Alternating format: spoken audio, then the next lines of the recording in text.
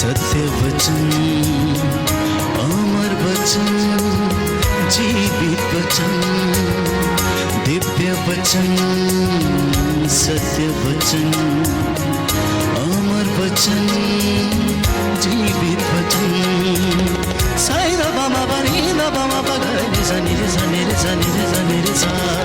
दिव्य वचन, सत्य वचन, अमर वचन, जीवित वचन, दिव्य वचन,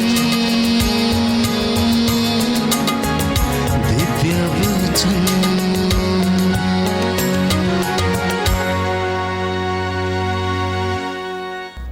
उपदेशक ग्रंथ ये प्रभु का वचन हमें बताता है कि मैंने अपने मन से बोला कि चलो मैं सुख के द्वारा तुम्हारी परीक्षा करूंगा। उपदेशक क्या कहता है कि मैंने अपने मन से बोला चलो मैं तुम्हें सुख दे के देखता हूं और तुम्हारी परीक्षा लेता हूं कि क्या तुम सुख में भी चैन से रह सकते हो या नहीं रह सकते हो, तुम्हें क्या चाहिए, मैं जानना चाहता हूं। और उसने कहा कि तुम भोग विलास करो, किंतु मैंने अनुभव किया कि वो भी व्यर्थ है।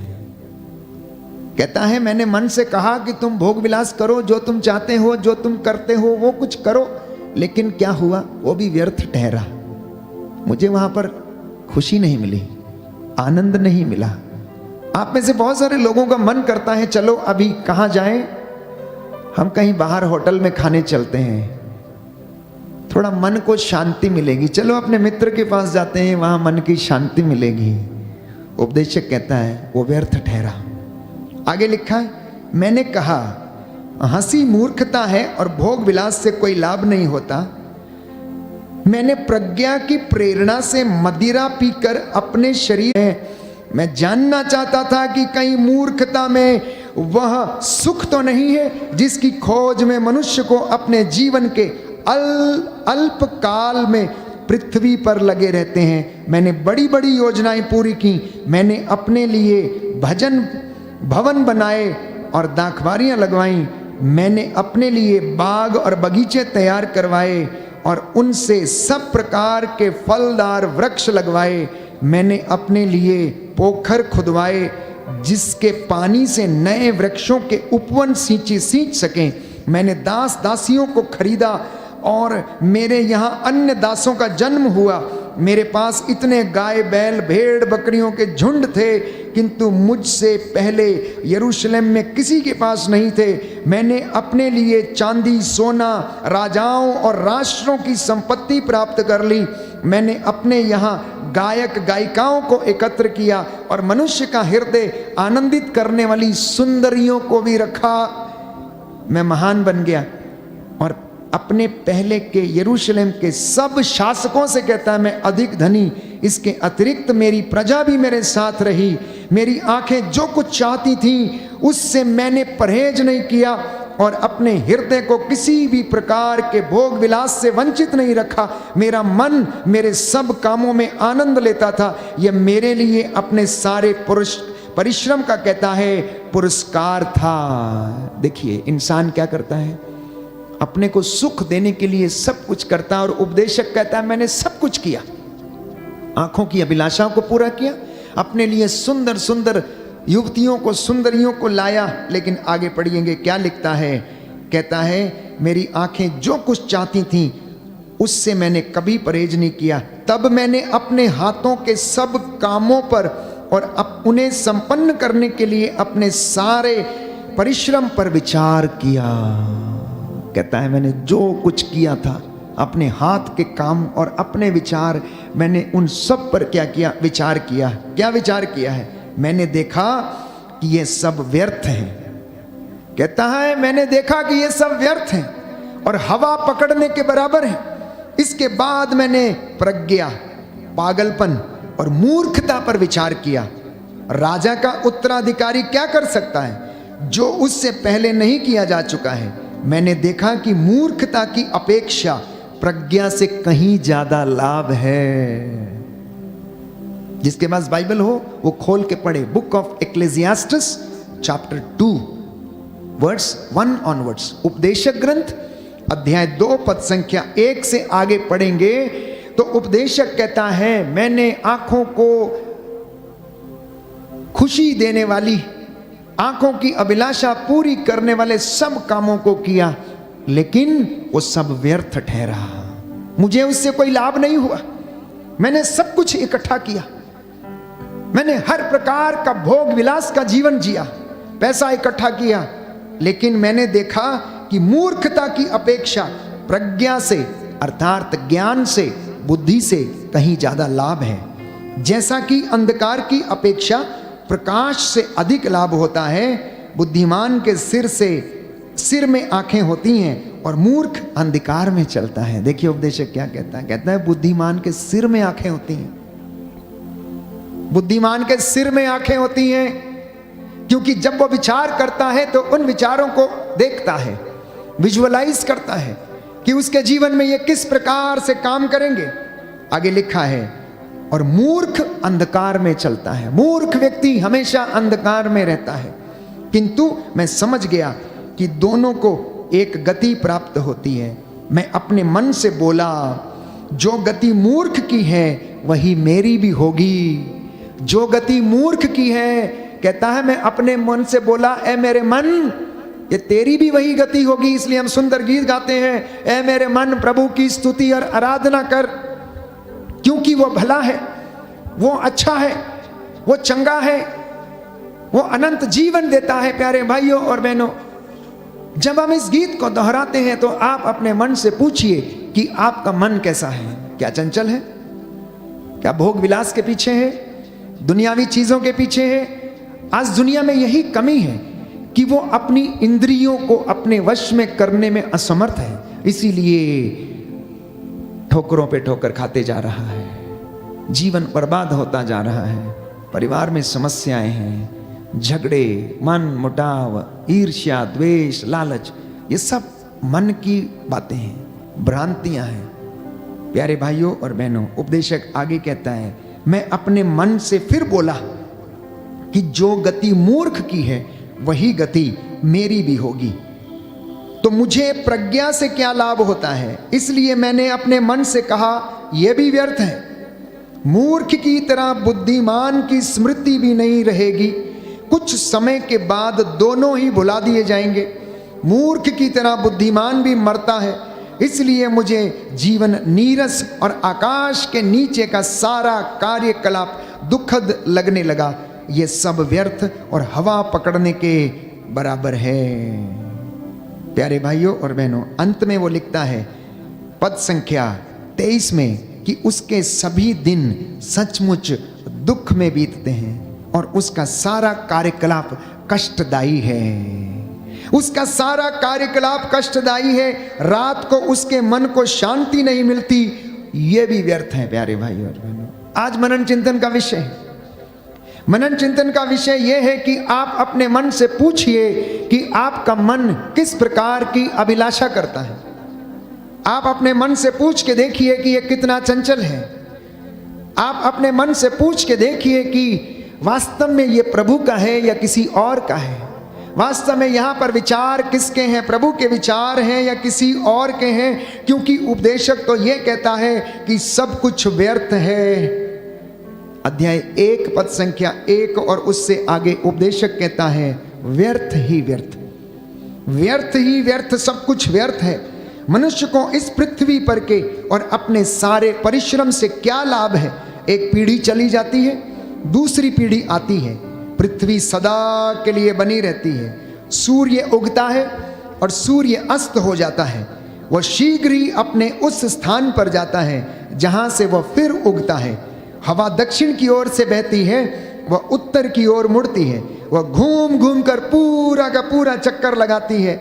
सब नदियां समुद्र में गिरती हैं, किंतु समुद्र फिर भी नहीं भरता है। Hallelujah, hallelujah. यीशु की स्तुति हो, यीशु की स्तुति हो, यीशु को धन्यवाद, यीशु को धन्यवाद। हे प्रभु यीशु, हे प्रभु यीशु, आपके वचन के द्वारा आपके वचन के द्वारा आज की इस पवित्र संध्या के दौरान आज की इस पवित्र संध्या के दौरान हमारे जीवन में, हमारे परिवार में शांति आ जाए, शांति आ जाए, चंगाई आ जाए, चंगाई आ जाए। Hallelujah, hallelujah, hallelujah, hallelujah. देखिए उपदेशक कितनी सुंदर बात कहता है।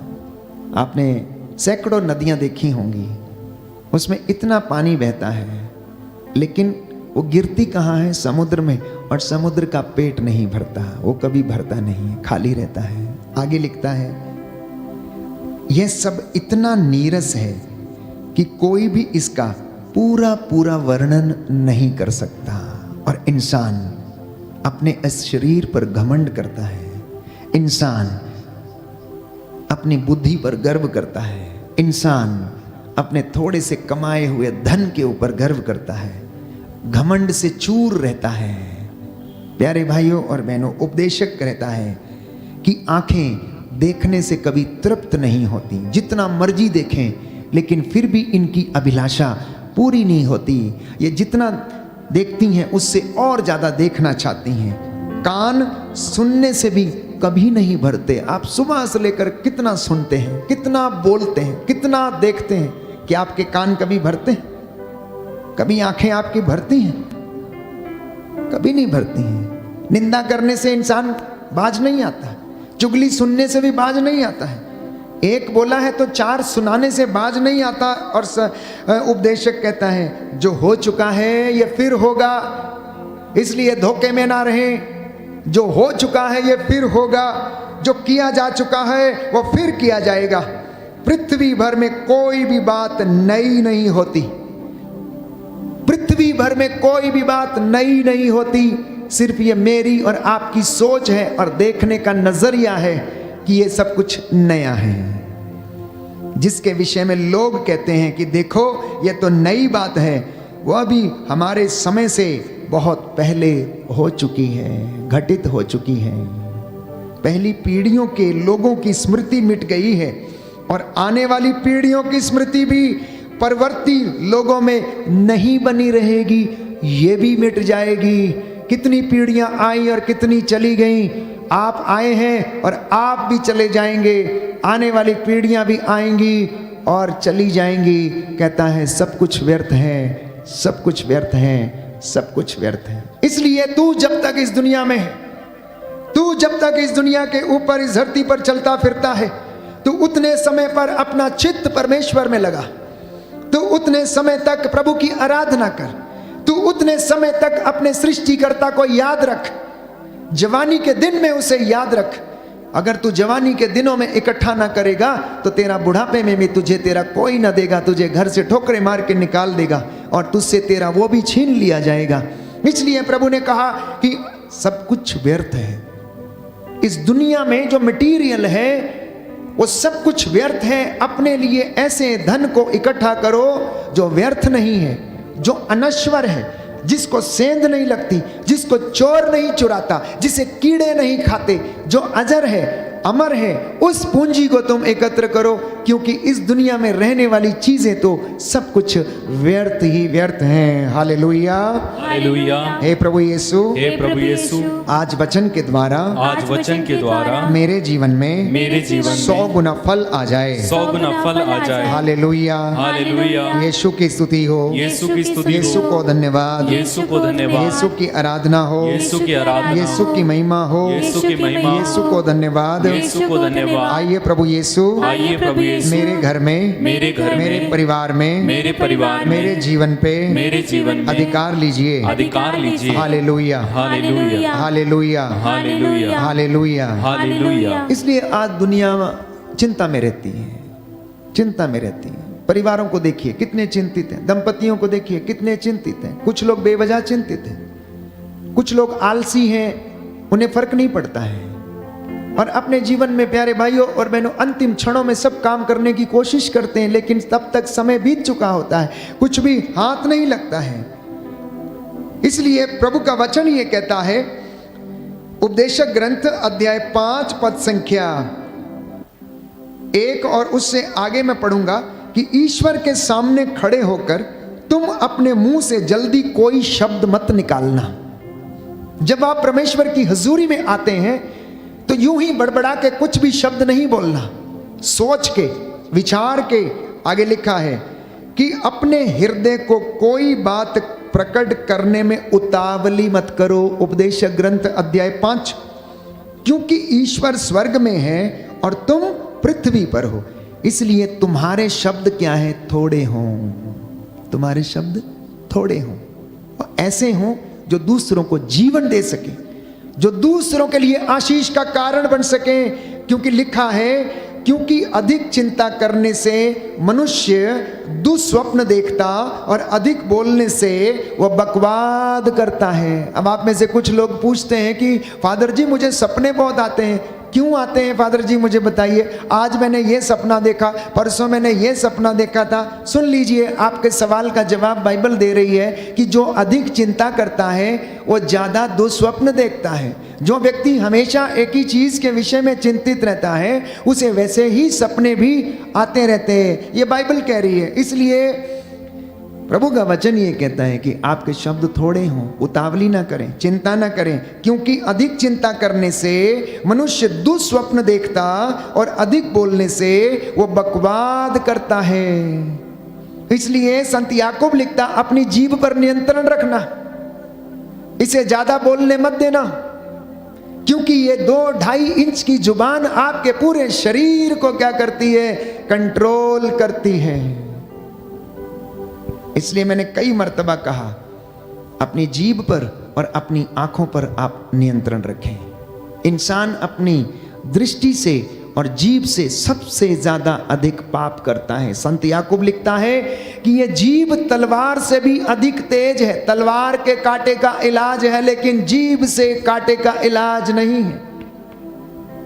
तलवार से काटे हुए घाव का इलाज हो सकता है, लेकिन जीभ के द्वारा दिए गए घावों का इलाज नहीं है। इसलिए जब आप वचन बोलें, जब आप शब्द बोलें, जब आप इन शब्दों का इस्तेमाल करें अपने घर में, अपने बच्चों के लिए, अपने पति के लिए, अपने बुजुर्गों के लिए, सास बहू के लिए, तो आप अपने शब्दों को बड़ी सावधानी से सोच समझ कर बोलें। क्योंकि प्रभु ये कहता है, तेरी हर निकम्मी बात का हिसाब तुझे देना पड़ेगा। मैं तेरे ही शब्दों से तेरा न्याय करूंगा। आज दुनिया में बहुत सारे लोग अपने ही शब्दों के कारण न्याय के अंतर्गत आ चुके हैं। परमेश्वर की दृष्टि में वो न्याय के लायक ठहरे हैं कि उनका न्याय किया जाए। जब यिर्मयाह ने अपने माँ के गर्भ को कोसा तो यिर्मयाह ने कहा, हे ईश्वर, मेरी पीड़ा का अंत क्यों नहीं होता? तो प्रभु ने उससे कहा, यिर्मयाह, ओ यिर्मयाह, तू अपने शब्दों को वापस ले, क्योंकि तूने अपनी माँ के गर्भ में उसको कोसा है। क्योंकि यिर्मयाह कहता था, अच्छा होता कि मैं अपनी माँ के गर्भ में ही मर जाता, मैं पैदा ही ना होता, ताकि मुझे ये दिन देखने ना पड़ते। परमेश्वर ने कहा, देख, तू अपनी माँ के गर्भ को कोसता है तो उसे नहीं, तू बनाने वाले को कोसता है। उस गर्भ में तुझे रचने वाले को हो। इसलिए माताओं, बहनों, सास और बहू, आप अपनी जुबान पर नियंत्रण रखें और अपने मुख से अच्छे शब्दों का इस्तेमाल करें, क्योंकि आपके शब्दों में बहुत ज्यादा ताकत है। आशीर्वाद देंगी तो आशीर्वाद मिलेगा, अगर आप श्राप देंगी तो घर में श्राप पनपेगा।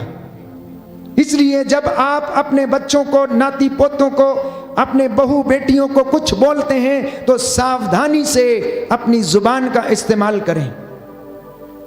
संत पौलुस कहता है, आपके मुख से अश्लील बातें ना निकलें, आपके मुख से अश्लील बातें ना निकलें, आपके मुख से ढिठाई के शब्द ना निकलें, आपके मुख से ऐसी बातें निकलें जो लोगों का निर्माण करने के लिए हों। आप में से कितनी माताएं हैं, कितने लोग हैं, कितने पिता हैं, कितने जो बुजुर्गी में आ चुके हैं, कितनी सास हैं जो अपनी बहुओं को निरंतर कोसती रहती हैं, और कितनी बहुएं हैं जो अपनी सास को निरंतर कोसती रहती हैं बेवजह, और परिवार से झगड़ा खत्म नहीं होता है।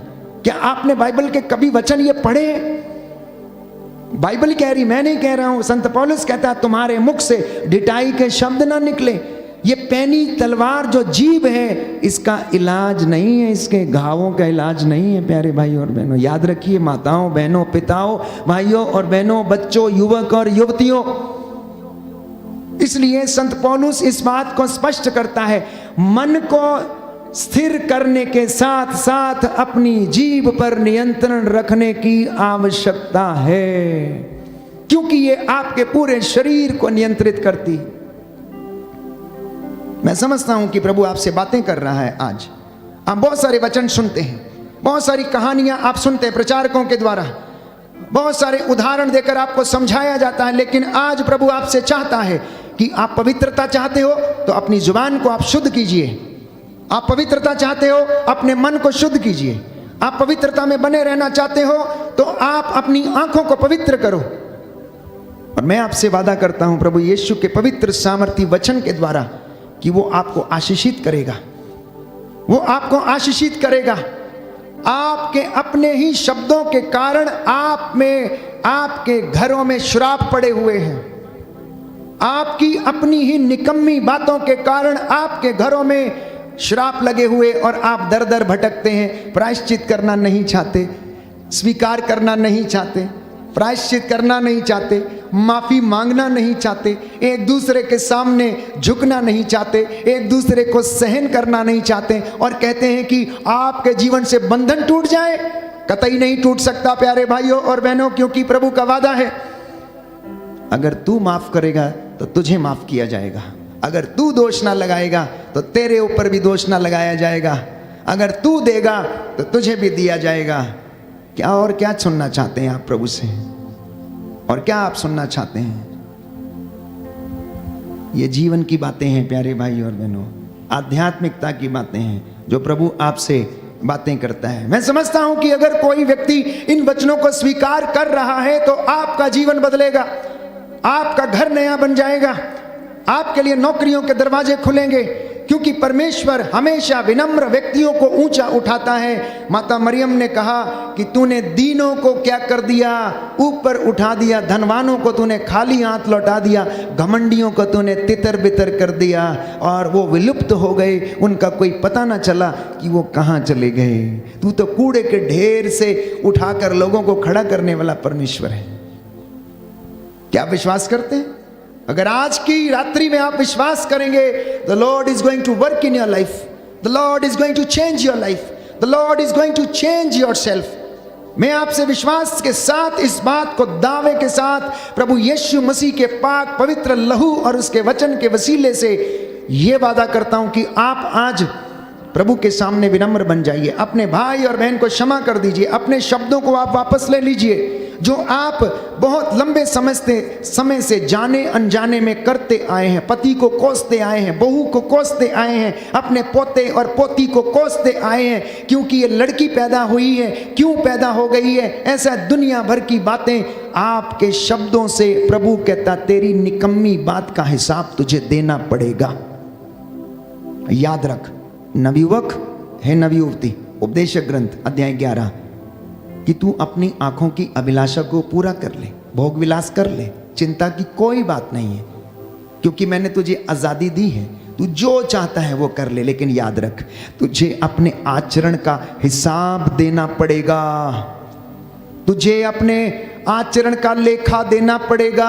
ये आज का वचन है प्यारे भाइयों और बहनों। पवित्र आत्मा ने अगुवाई की, इसलिए भाई ने इस वचन से शुरुआत की थी और प्रभु ने प्रेरणा दिया और उसी वचन को पवित्र आत्मा के सामर्थ्य से आज आगे बढ़ाया गया। ये पवित्र आत्मा की अगुवाई का वचन है।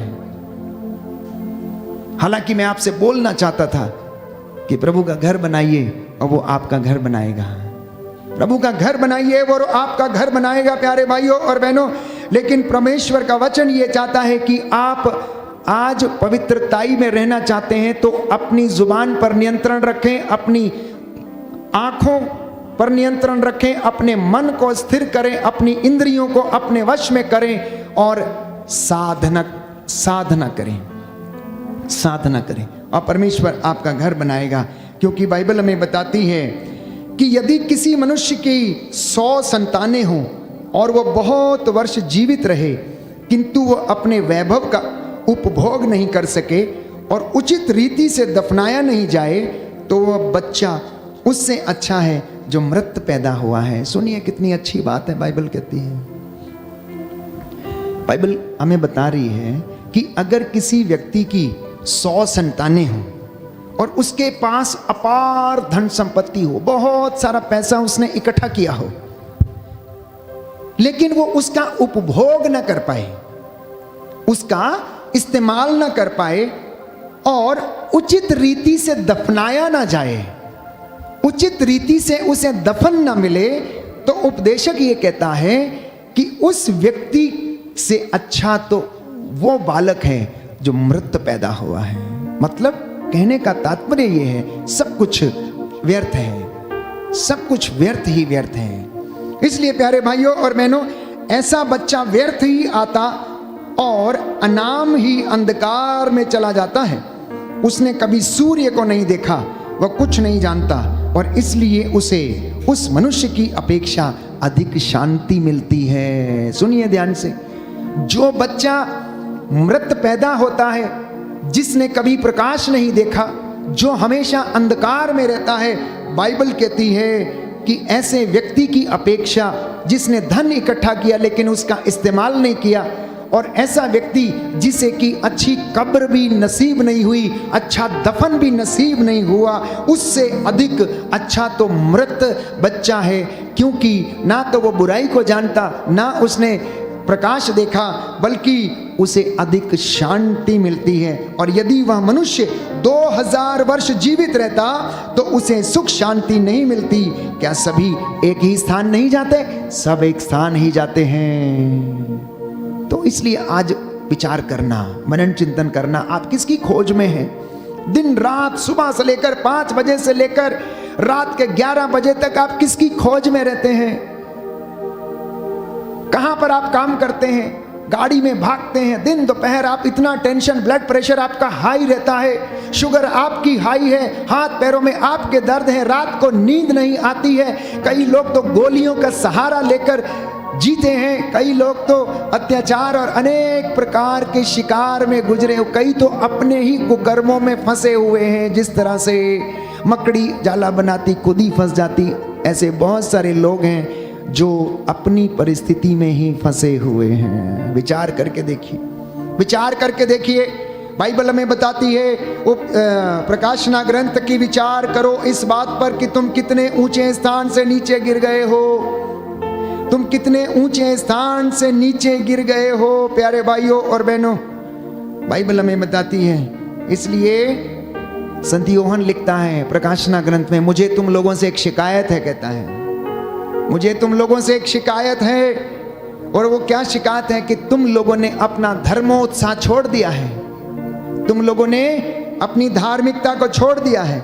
इस पर विचार करो कि तुम कितने ऊंची जगह से नीचे गिर गए हो। पश्चाताप करो और पहले जैसा आचरण करो, नहीं तो समाप्त हो जाओगे, नष्ट हो जाओगे। Hallelujah, hallelujah, hallelujah, hallelujah. यीशु की स्तुति हो, यीशु की स्तुति यीशु को धन्यवाद, यीशु को धन्यवाद, यीशु की आराधना हो, यीशु की आराधना, यीशु की महिमा हो, यीशु की महिमा, यीशु को धन्यवाद, यीशु को धन्यवाद। हे प्रभु यीशु, हे प्रभु यीशु, मेरे परिवार में, मेरे परिवार में, मेरे जीवन में, मेरे जीवन में आज शांति आ जाए, आज शांति आ चंगाई जाए, आ जाए, चंगाई आ जाए। Hallelujah, hallelujah, hallelujah. हालेलुया। इस वक्त हम चंगाई की प्रार्थना में जाएंगे। प्यारे भाई प्यारी बहन, अपने हृदय रूपी मंदिर को प्रायश्चित के साथ तैयार कीजिएगा। अपने हृदय रूपी मंदिर को पश्चाताप करते हुए तैयार कीजिए। उन बातों के लिए माफी मांगिए जाने अनजाने में जो आपके मुख से निकली हैं। अश्लील बातें, गाली गलौज, श्राप।